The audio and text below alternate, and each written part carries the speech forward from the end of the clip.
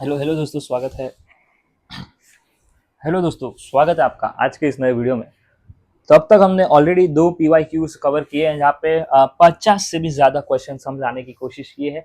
इस वीडियो में भी यही कोशिश रहेगी कि आप तक हम प्रीवियस ईयर के क्वेश्चन ला पाए, जिससे आपकी प्रैक्टिस एकदम जोरदार हो, आपको एक आइडिया आ जाए कि किस लेवल के क्वेश्चन, क्या टाइप के क्वेश्चन पूछे जाते हैं और अपनी प्रेपरेशन आप अच्छे से कर सकते हो। और अगर आप चैनल पर पहली बार आए हो, चैनल को सब्सक्राइब करो, क्योंकि ऐसे और इंटरेस्टिंग वीडियोस आपको रोजाना मिलते रहेंगे शाम 7 बजे। और साथ ही साथ मैं मंथ वीक ऑन वीक एक बार लाइव सेशन कंडक्ट करता हूं, जहां पर आप और मैं मिल करके डिस्कशन कर सकते हैं, जहां पर आप मुझसे क्वेरीज 1-to-1 बेसिस पे लाइव पूछ सकते हैं। तो फिर वीडियो में देरी नहीं करते हैं, शुरू करते हैं आज के इस टॉपिक को, जिसमें आज जो बहुत सारे पार्ट्स होने वाले हैं। कल हमने रीजनिंग एंड मैथ सेक्शन का पार्ट 1 किया था, आज रीजनिंग एंड मैथ सेक्शन का पार्ट 2 हम लोग कवर कर रहे हैं। If a team score runs with a run rate of 5.2 in the first 20 overs of a cricket match, then what should be the run rate of the same team in the next 30 overs to chase a target of 290? तब यहाँ पे अपने को calculate करना पड़ता है कि जैसे जो लोग क्रिकेट देखते हैं उनको ये क्वेश्चन मतलब बताने की जरूरत नहीं पड़ेगी, फटाफट मैच चालू हो जाएगा, जिसको ना भी आता हो वो भी कैलकुलेट कर देगा। But for all audience in a general अपने को 5.2 इंटू 20 करना पड़ेगा।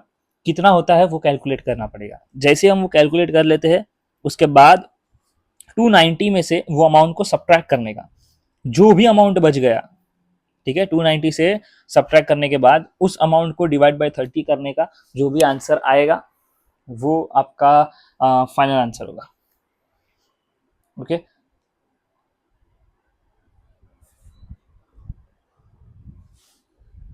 इसके बाद नेक्स्ट, तो इसका आंसर 6.2 आया है। आप चेक कीजिए अपने कैलकुलेशन के हिसाब से क्या होता है।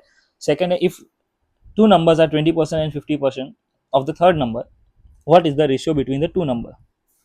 यहाँ पे बोला है एक नंबर 20% है, दूसरा 50% है, किसका? तो तीसरे नंबर का। तो पहले और दूसरे के बीच में रेशियो क्या है? तो इससे अपने को तीसरे नंबर का कोई लेना देना ही नहीं है। हम लोग डायरेक्टली क्या करेंगे, फर्स्ट और सेकंड का जो 20% 50% का रेशियो है उसको प्रोपोर्शनेटली लिख देंगे। 20:50, 0 कट, 2:5 अपना आंसर आता है, और ये रहा अपना answer. Next, all apples are tree, some fruit trees are green. तो अब यहाँ पे इससे रिलेटेड अपने को बोला गया है कि आप सिलेक्ट करो कोई इससे रिलेटेड कौन से सेंटेंसेस है। तो अपन सिलेक्ट करते हैं as some roses are red, क्योंकि ये उसी टाइप का है। यहाँ पे वो क्या बोला गया है कि जो पेड़ है सारे एप्पल के हैं बराबर, लेकिन जो ज्यादातर फ्रूट के ट्रीज है वो ग्रीन है। तो हम यहाँ पे वही लिख रहे हैं कि भाई रोजेस तो बहुत सारे होते हैं, बट इसमें से कुछ जो है वो रेड है। काइंड ऑफ सिमिलर सेंटेंस ये हो गया। आई नो ये थोड़ा सा सेंस नहीं बना रहा है, बट लॉजिकल रीजनिंग में ऐसे टाइप के क्वेश्चंस आते हैं जहाँ पे आपको गिवन सेंटेंस में से सेंस बनाना पड़ेगा, देखना पड़ेगा कि क्या मोस्ट अप्रोप्रिएट है। Man starting to walk south 70 meter and then turn his left 70 meter, then turn left 60 meter, then right 70 meter, then how far he is from starting point। तो अब देखिए इसके लिए बहुत सारा कैलकुलेशंस दिखाना पड़ेगा, जो कि फिलहाल पॉसिबल नहीं है। मैं आपको आंसर बता देता हूँ। आंसर इज आई गेस 10257 है। कैलकुलेशन मिस्टेक हो गया, इट वुड बी 257, 10257 नहीं होगा, मिस्टेक है 257। ये अगर क्वेश्चन आपको समझना है कि ऐसे टाइप के क्वेश्चंस को हम सॉल्व कैसे करते हैं, तो मेरी प्लेलिस्ट में आपको एक वीडियो मिल जाएगा। मैथ्स वाला जो पार्ट है लॉजिकल रीजनिंग वाले प्लेलिस्ट के अंदर आपको डायरेक्शंस करके एक वीडियो मिलेगा। उसमें ऐसे कम से कम 25 क्वेश्चन सॉल्व किए गए हैं।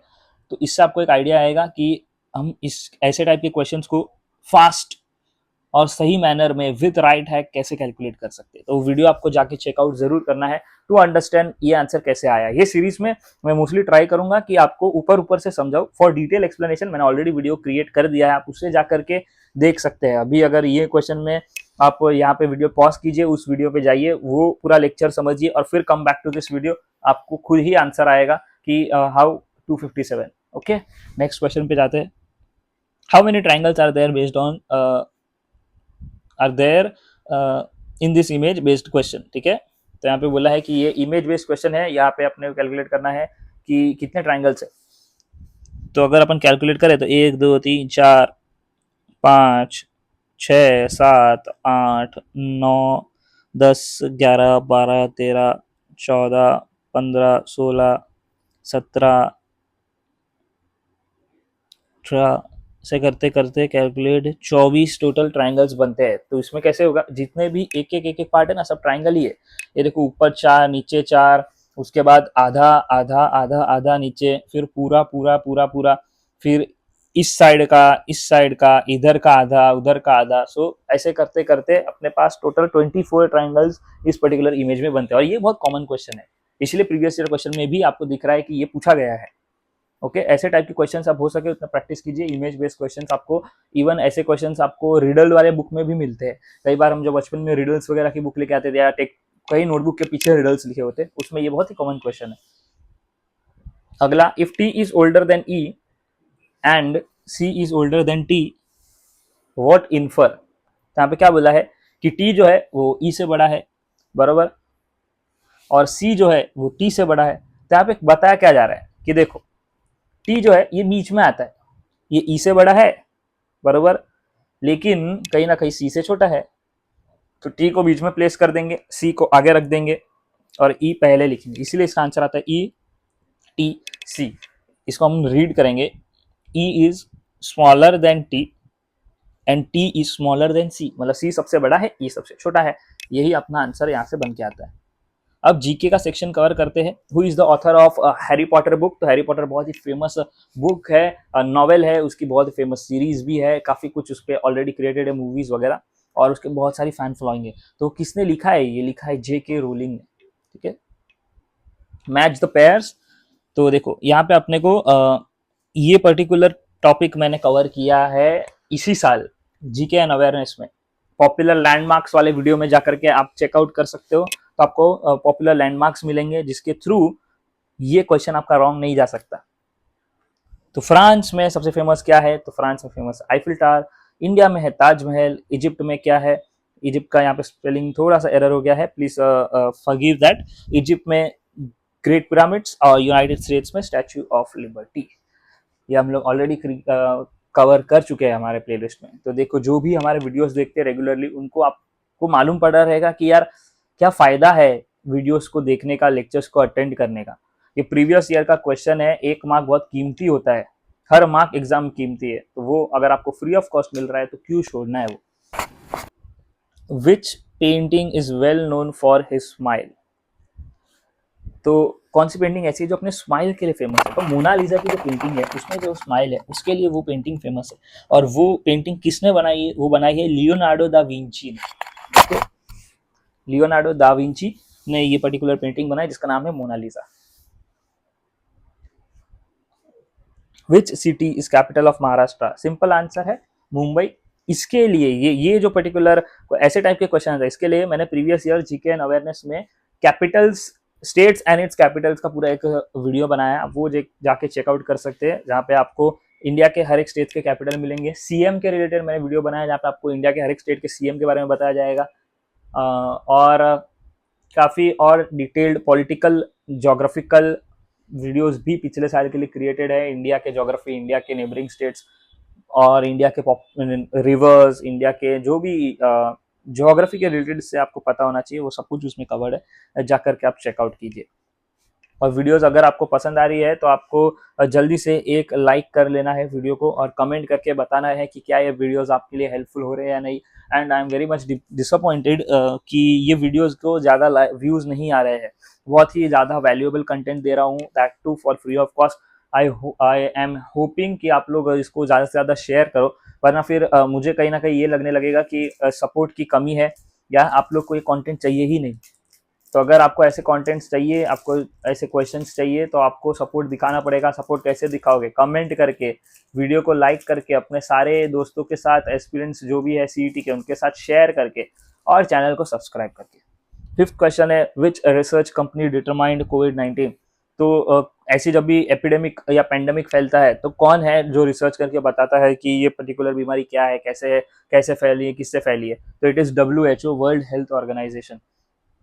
G20 क्यों रखा गया था, G20 का पर्पस क्या है, तो वो है एनवायरमेंट के सस्टेनेबिलिटी के लिए, कैसे हम लॉन्ग टर्म में एनवायरमेंट में सस्टेन कर सकते हैं, रह सकते हैं एनवायरमेंट के साथ, कैसे हम ऐसे इनोवेशंस कर सकते हैं, ऐसे स्टेप्स ले सकते हैं जिससे कि हम आगे चल के इसको लंबे समय तक एनवायरमेंट में रह सके, एनवायरमेंट को यूज कर सके और एनवायरमेंट के साथ मिगल होकर रह सके। फाइनेंशियल कैपिटल ऑफ इंडिया सबको पता है, Mumbai is the financial capital of India. Full form of PPE regarding कोविड-19, तो कोविड-19 में अपन लोग पीपीई किट ये बहुत सुना था, तो ये पीपीई होता क्या है, फुल फॉर्म क्या है, तो it is personal protective equipment, कि खुद की जो प्रोटेक्शन कर सकता है ऐसा equipment is PPE, personal protective equipment. Which game is known as gentleman's game, तो क्रिकेट को हम बोलते हैं जेंटलमैन्स गेम। बहुत बार आपने जब इंग्लिश कमेंट्री अगर आप देखते हो तो आपको ये ज्यादा नजर आएगा कि this is a gentleman sport, this is gentleman's game, तो क्रिकेट को ही हम कहते हैं as gentleman's game.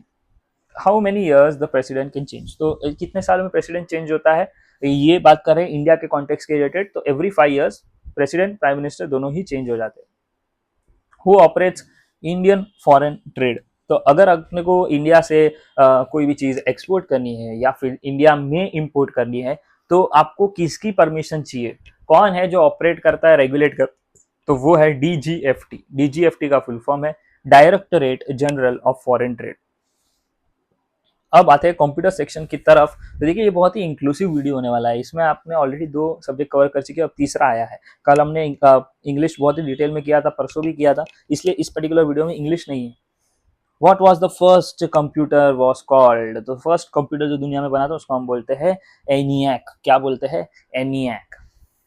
What is not a component of computer, तो रास्पबेरी पाई ऑप्शन है। रास्पबेरी पाई क्यों कंपोनेंट है, रास्पबेरी पाई एक प्रोसेसर है, ठीक है, वो एक पर्टिकुलर सेट ऑफ प्रोसेसर है, जो एक सर्किट आता है उसका, रास्पबेरी पाई का एक सर्किट आता है, वो अटैच होता है, तो कंप्यूटर का पार्ट नहीं है, वो एक एक्स्ट्रा कंपोनेंट है, इसीलिए it is not a component of computer. Second generation computers were made by, तो ना कंप्यूटर में एवोल्यूशन हुए हैं, कुछ इन्वेंट हुआ तो उस टाइप के कंप्यूटर्स बने, फिर कुछ और, फिर कुछ और, फिर कुछ और, अभी हम देख रहे हैं एआई वाला लीप आ गया है, तो आगे जाके ये next generation of computers AI से चलेंगे।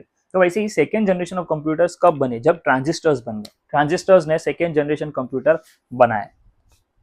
What is the full form of USB, तो हम लोग यूएसबी जो कनेक्ट करते हैं उसका फुल फॉर्म भी होता है, तो यूएसबी का फुल फॉर्म है यूनिवर्सल सीरियल बस, ये ऑलरेडी हम लोग कंप्यूटर, बेसिक कंप्यूटर के वीडियो में कवर कर चुके हैं।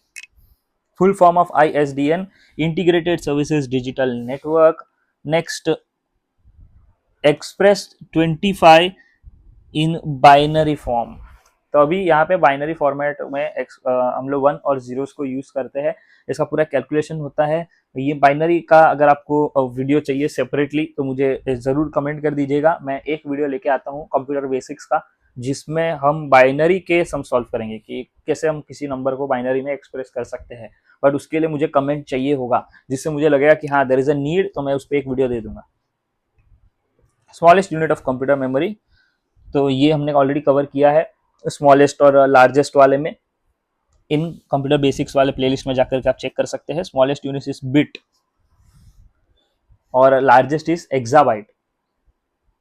1 किलोबाइट इज 1024 बाइट्स, ये भी हमने उसमें कवर किया है, हमने पूरा एक टेबल दे दिया है जहाँ पे आपको कंपैरिजन देने दिया है कि 1 किलोबाइट कितना होता है, 1 मेगाबाइट कितना होता है, 1 किलोबाइट 1 जीबी कितना होता है, 1 टीबी कितना होता है, सब कैलकुलेशन मैंने प्रोवाइड किया है वहाँ पर। Which of the following is a web browser, और अगर आप वीडियोज नहीं देखना चाहते बट आपको नोट्स चाहिए और एमसीक्यूज चाहिए जो उस पर्टिकुलर वीडियोस में मैंने एक्सप्लेन किया है, सॉल्व करवाया है, तो उसके लिए टेलीग्राम चैनल ज्वाइन करना है, जहाँ पे ये सारी नोट्स फ्री में अपलोडेड है, आप डाउनलोड करके प्रैक्टिस कर सकते हैं। Which of the following is a web browser, तो माइक्रोसॉफ्ट एज आप सभी को पता है, जैसे पहले माइक्रोसॉफ्ट इंटरनेट एक्सप्लोरर हुआ करता था, अब इंटरनेट एक्सप्लोरर की जगह पे माइक्रोसॉफ्ट एज जो है वो आया है, तो वो एक वेब ब्राउजर है।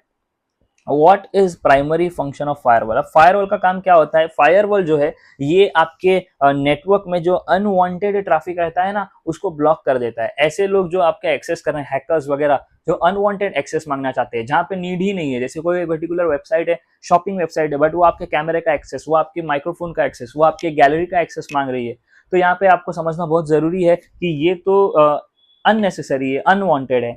फायरवॉल ऐसे जो भी अनवांटेड ट्रैफिक होते हैं उसको ब्लॉक कर देते हैं। Which of the following is an input device. तो यहाँ पे बहुत सारे ऑप्शन दिए हैं, आपको 4 ऑप्शन दिए हैं, उसमें से इनपुट डिवाइसेस क्या होता है, आउटपुट क्या होते हैं, मैंने एक्सप्लेन किया हुआ है डिटेल में इन बेसिक कंप्यूटर वाले प्लेलिस्ट में, आप जाके चेक कर सकते हो। Keyboard is the right answer. Dash operates and regulate other part of the computer. तो कंप्यूटर की जान, कंप्यूटर की आन बान शान कौन है, वो है सीपीयू। सीपीयू नहीं है तो कंप्यूटर कुछ नहीं है, इसलिए यहाँ पे राइट आंसर है सीपीयू।